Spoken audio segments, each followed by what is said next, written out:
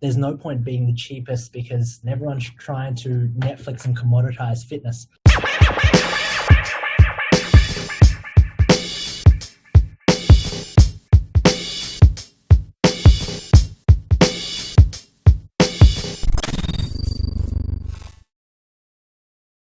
If you can't be the cheapest, there's no advantage being second cheapest or third cheapest. I don't know who said this before, but it was some marketing superstar. I think it could have been Dan Kennedy, that there's no advantage being the second cheapest. If you're not the cheapest, you need to be the most expensive.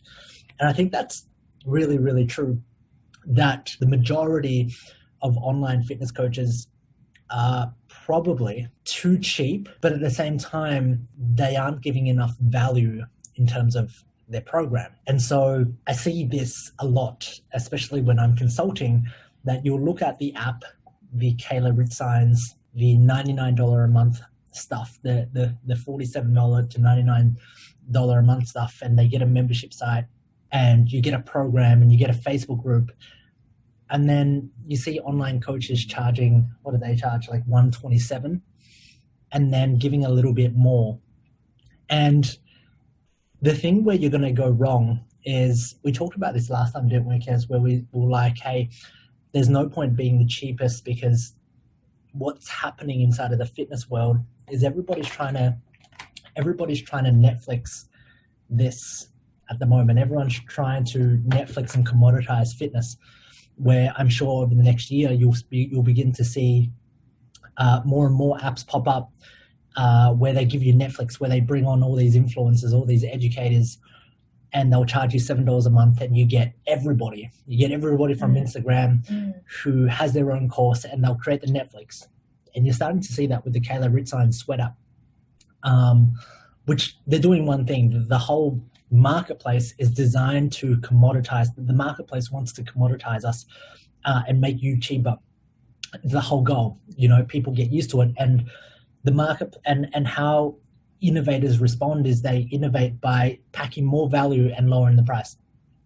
And I go, you as a coach and a fitness coach, you're one person, and that's great, but you will never be able to compete in terms of value on information as well as price, because a lot of people will be able to beat you on that. And you'll begin to see people with millions of followers start affiliate marketing this, they'll start promoting this, and then they'll get all of these clients sign up on $7 a month, hoping that it's too little for them to notice that amount inside of their bank account.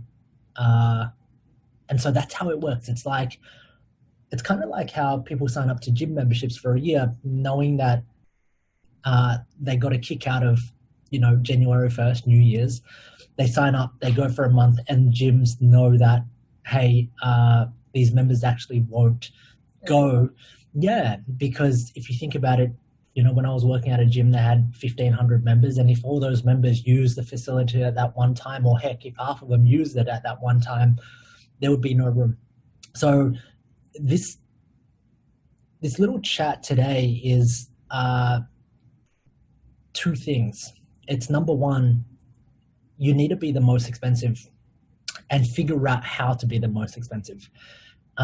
Because as a small person going into this consumer market where everybody's trying to commoditize you, where everybody's got more followers, they've got more money than you, they've got a business up and running, they might have venture capital, they might have a lot more money back than you, they might have business partners. How do you, the small guy or girl who has an amazing message and you truly want to help people, you truly want to make a dent in the marketplace, how do you actually gain traction? And first and foremost, we've seen this a lot, and coaches that start out charging $7 a month or $20 a month, Kerry, what generally happens to those coaches in terms of their mindset? Well, I think it's fair to say that most coaches try to be the second cheapest, in that they're not an app, they're one step above an app, but they want to be able to be competitive. And in the definition of trying to be competitive, you try and compete on price. But what we're trying to say is that don't compete on price, compete on your value. Compete on the value proposition that you give versus what an app gives. Don't even compete. put yourself in a whole different basket. Correct. But what we do see is they get really shitty clients, for one.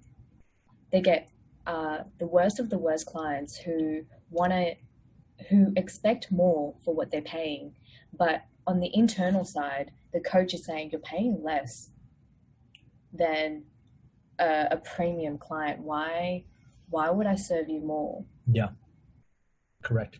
And you're not getting the commitment from the client, to be honest. Not at all. And a lot of you will want to lower your prices because when you are closing people over the phone, they'll go, it's too expensive. And you'll hear that no matter how much you charge and how little you charge, people will still say that. And your prospects lie to you. And they don't know they're lying to you. What they're really saying is, look, Lynn, or look, Kerry, I actually don't see the value in what it is you have to offer. And I always say this to the 1%ers. I say, hey, if you offer somebody a brand new Lamborghini Aventador and you put it outside of the house and you say, hey, I'll drive it in front of your house.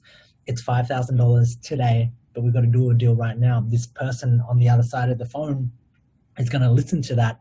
They know the value of the Lamborghini Aventador. They're going to beg, borrow, and steal to actually come up with the $5,000, even though they don't have that money in their bank account right now. And this is the mindset of, they might not have money, but what they're really saying to you is, I don't actually see the value in what it is you have to offer, and I don't know why I would pay $1,000 or $200 a week for 16 weeks to work with you. And that's one of the biggest objections that you're going to get. Now, if you take it at face value, you're going to lower your prices because you're going to go, right, I got to listen to the marketplace. I got to lower my prices. And you keep doing it, you will lower your prices. But what generally happens is, one, you bring less committed clients on. You and I both know that working with clients that are less committed is going to stuff you up, the leader, because when they drop off after 4 weeks, when they want a refund after 3 weeks, when they leave after a week, you're going to have a lot of thoughts and stories going on in your mind, and you're going to question your ability to lead and coach, which then in turn affects your ability to market. The second thing is, you actually won't bring on a lot more clients. And what's really funny, interesting enough, Kitty, over the Christmas period and January period, she dropped her prices from $99 a week to $69 a week. And she had a rush of people come in, and she thought she would keep her prices at $69 a week. But after looking at the numbers between 99 and 69, it's still the same. The numbers actually, the numbers are the same. It literally is the same. So, in the next week or so, we're going to go and increase the price again. And the reasons why it worked was simply because we were running it through Christmas, January. That's when rush hour happens.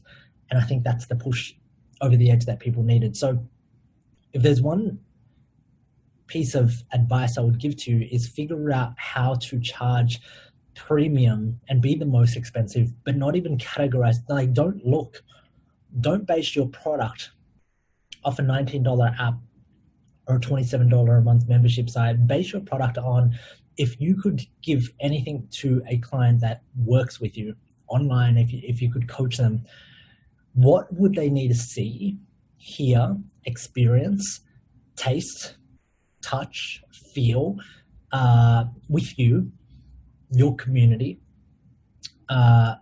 your program, your course, your environment, and the people around that are in there, in order for them to validate and see the value inside of your program. And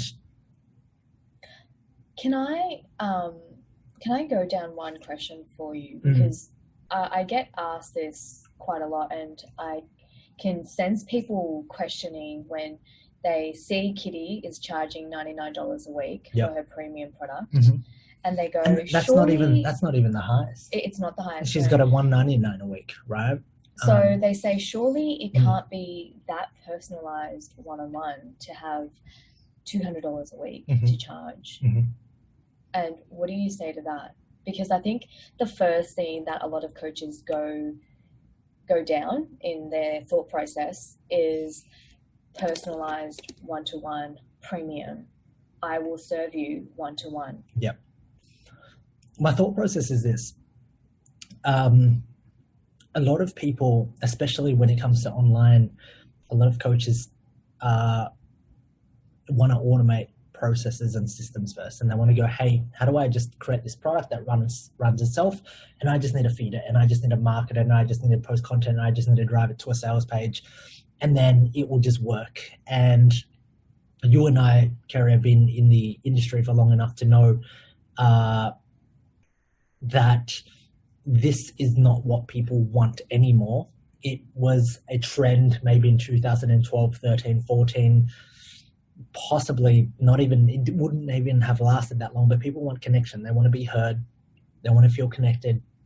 In a world where we're supposedly more connected than ever before, a lot of people lack that deep connection with, sharing their truth, being vulnerable, sharing their thoughts, emotions, feelings, and not feeling stupid, knowing that other people are actually going through the same thing. And this is where we talk about building micro communities, because by building communities of people that share similar values, experiencing similar problems, you actually create that place for somebody to open up and take surface level problems and go to the next level. And you've got levels of that. And just to answer your question, I think going on that, try not to begin to automate the process first. Try and work through a manual process and suggest, hey, if I worked with you and I signed up, what does the first day look like? What is the second day? What is the third day? What is everything that I want you to know? What is everything that I want you to experience? As though I was running you through this process. And what you're going to do and find that if you repeat that 10, 15, 20 times, you'll start to see repeated patterns and processes, things that are small and things that are big, things that are small that you should automate, and things that are big that you go, wait, I can't automate this human touch because this is really critical to their breakthrough. And how you develop and build your product should come in this frame of mind, especially if you want scale, is developing a system that gets a person who's having trouble and they've got a problem and it's called problem A, and they've all got problem A, okay? And you develop a system that can get them to point B where they want to go. Now, the only way that you can scale this is if you've got people with similar problems coming to you. And if you don't, then you won't scale. And the reasons why Kitty's been able to scale to 500 plus, she might be on her way to 600, I don't know, is she attracts women with all of the same problems, problem A. And then she develops a system that can help all these, the best system possible, that can help all these women experiencing problem A, allow and customize, allow them to understand their problem, educate them on their problem, help them take ownership over their problem, and then customize the system to suit their needs so that they can all reach point B in a systemized fashion, just at different timestamps on their own.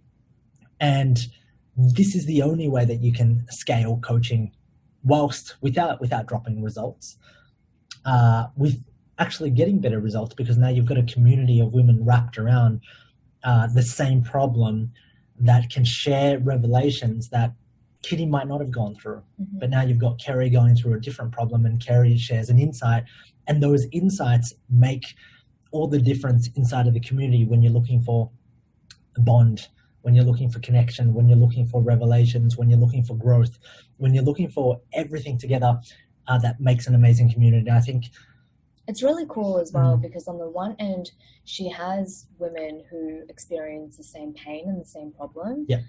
But she also has all of them who want to go towards the same vision as well. And Correct. I think that's really, really key, because even though there are mums inside of this community, for me, when I was in her program, I could connect with the mums because I could feel the same vision of getting freaking strong in the gym and, eating real food and eating awesome food and delicious food, and not being bought into the fitness industry shit that, like a mom and myself, I never would have thought I connected, but we are all working towards the same vision, which is really, really cool. It's the only way that a coach can scale. You can't scale a model where you have somebody coming in with problem A, another person coming in with problem F, and then trying to get them to the same destination, that just generally doesn't work, which then comes down to the importance of understanding your message, who you serve, what result you own, which we've talked about quite a lot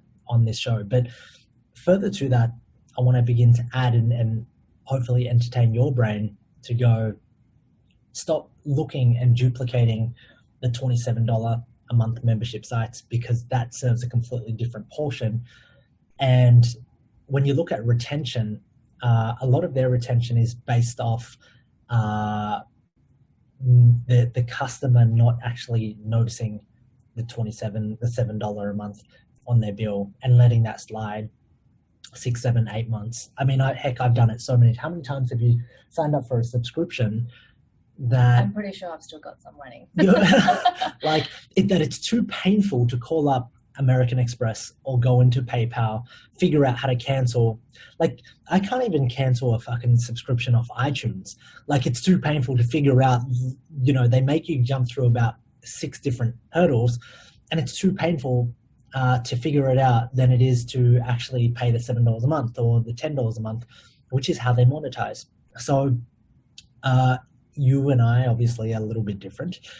And so when we look at building retention, we look at what are the things that are going to keep a person inside of our coaching program, because it's not about getting clients. That's easy. It's about serving them and keeping them and building raving fans. That's the hardest part. What's every single touch point that we need to begin to add in such that we can keep this person a part of our community, such that they get results, such that they continue to extend their stay and see value in what we're giving them every single day. And I think if you're the cheapest, you can't take the revenue that you make to create a great experience for them that they wouldn't have anywhere else.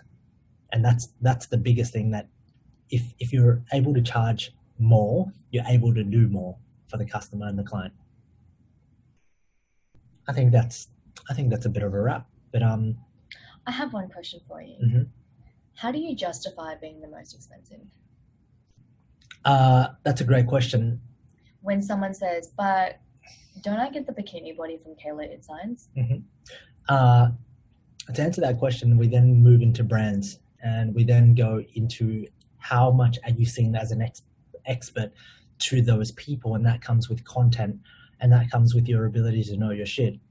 So a brand then comes down to, well, it comes back down to supply and demand. How many people know you, how many people know of you, the perceived brand, and how limited is your stuff. So the more people that know you, the more followers you get, the more content that you have, the more that Kerry feels that everyone knows me. I then have a perceived high value amongst everything else, and my product doesn't actually need to change. So we look at this concept called branding. If you want to charge more, then you need to begin to build a brand. And that comes down to content, it comes down to results, it comes down to what you're known for, it comes down to time as well. And brands aren't built in a week. Brands aren't built in a month. I mean, the 1%, we're 2 years old. We're literally 24 months old now. But we've gone deeper and deeper and deeper and deeper to brand ourselves as different, as unique, and that's why we're the most expensive inside of this consulting space that we're playing. So it comes down to brand, and it comes down to results and your ability to brand yourself, and that's a variety of content, the amount of people that perceive you to be bigger than everybody else, and that takes time. So generally you can then look at the supply and demand equation. If there's more demand for what it is that you offer, you can then bump up your prices, and you go, look, we're gonna split test a 10% increase and see how that works, and see what that does to our numbers. If it screws it off, then you might go back to the original price. Same thing as what Kitty is doing now. We're going to bring her back up because there was no statistical change in her data.